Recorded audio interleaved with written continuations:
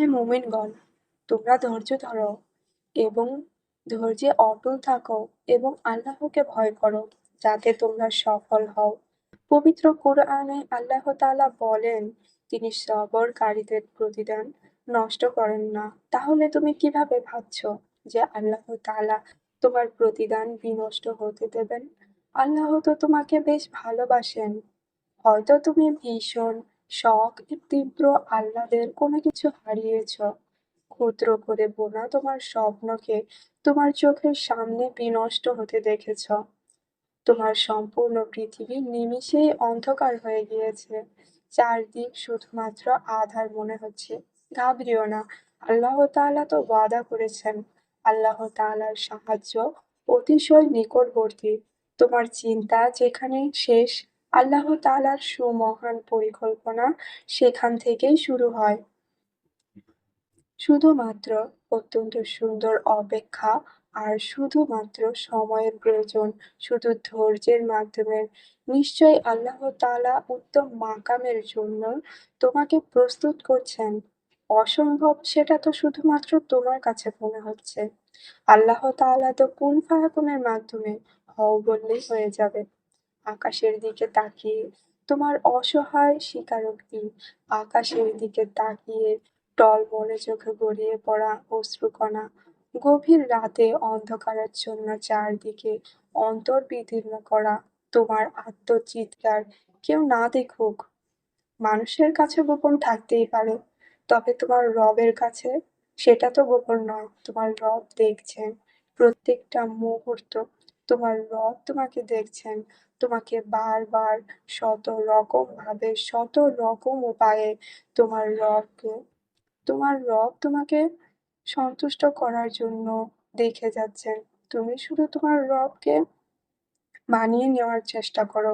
তোমার বিশেষ কোনো চাওয়া পূর্ণতার জন্য তুমি কি মনে করছো তোমার রব এতটাই কঠোর? তোমার রব তোমাকে তার কাছ থেকে সরিয়ে দেবেন? কখনোই না। বারবার যেহেতু তোমার হৃদয়ে সেই চাওয়াটাই উদিত হচ্ছে, মনে রেখো তোমার রবের এখানে কোনো ইঙ্গিত রয়েছে। তোমার রব তোমাকে সেই পর্যায় পর্যন্ত বিধায় তোমার অন্তরে আজও সেই স্বপ্নের বাসা বাঁধছে, বর্ণিত হচ্ছে। তোমার অন্তরে আজও সেই স্বপ্ন সংরক্ষিত রয়েছে। নিশ্চয়ই তোমার রব উত্তম পরিকল্পনাকারী। শুধু একটি মুহূর্তে তিনি সবকিছু পরিবর্তন করার ক্ষমতা রাখেন। একটি মুহূর্তে তিনি তোমাকে তোমার কাঙ্ক্ষিত গন্তব্যে নিয়ে যেতে পারেন, অথবা এর চেয়েও উত্তম কোনো আসনে অধিষ্ঠিত করতে পারেন। নিশ্চয় তার পরিকল্পনা সর্বদাই উত্তম। তাহাজ্জুদ নামাজ পড়ছো? নিশ্চয় কোনো অপূর্ণ চাওয়া তীব্রভাবে তোমাকে এই পর্যন্ত নিয়ে এসেছে, এবং অকপটে ভাষায় বলা যায় রবের প্রতি তোমার ব্যাপক এবং বিরাট বিশ্বাসও রয়েছে বটে। নতুন এই গন্তব্য পর্যন্ত নয়তো তুমি তো আসতেই পারতে না। এবং মনে রেখো, তোমার এই তীব্র বিশ্বাসে কখনোই তোমার রব ফাটল ধরতে দেবেন না, কখনোই ভেঙে যেতে দেবেন না। তিনি তো জানেন কিভাবে তার সম্মান রক্ষা করতে হয়। তিনি তো কৃপণ নয়, তার দরবারে কোনো কিছুর অভাবও নেই। সুতরাং তুমি ভয় পেও না। তুমি নড়বড়ে কণ্ঠে নয়, তুমি সোচ্চার কণ্ঠে তোমার রবের কাছে, তুমি তোমার অভিভাবকের কাছে, তুমি তোমার মহান রব্বুল আলামিনের কাছে, সারা জাহানের অধিপতি, এমন এক রাজা যে রাজার রাজত্বে হ বললেই হয়ে যায়, যে রাজার দেওয়ার ক্ষেত্রে কখনোই কৃপণতা করেন না, যে বাদশাহ বিশাল উদারত্ব এবং মহত্বের গুণে গুণান্বিত। তুমি শুধু ভরসা রাখো তোমার রবের কাছে, অক্লান্তভাবে চেয়ে যাও, ক্লান্ত হইও না। তোমার রবকে রাজি করাও। তোমার রব সর্বদা তোমাকে দেওয়ার ক্ষেত্রে প্রস্তুত থাকেন। জেনে রাখো, এ ক্লান্ত হৃদয়, তোমার এই পর্যন্ত আসা নিছক নয়। তোমার এই পর্যন্ত আসা তোমার নিজ থেকে নয়।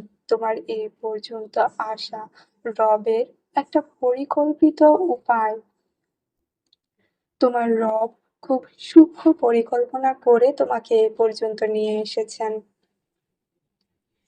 কেননা তোমাকে সম্মানের মহান আসনে অধিষ্ঠিত করতে হবে যে, তোমাকে যে বিরাট একটা সাফল্যে ভূষিত করতে হবে।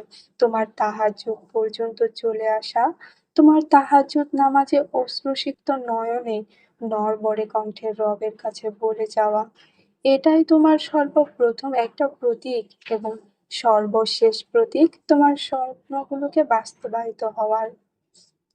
ভয় পেও না, ধৈর্য ধরো এবং শেষটা দেখেই স্থিমিত হয়ে যাও।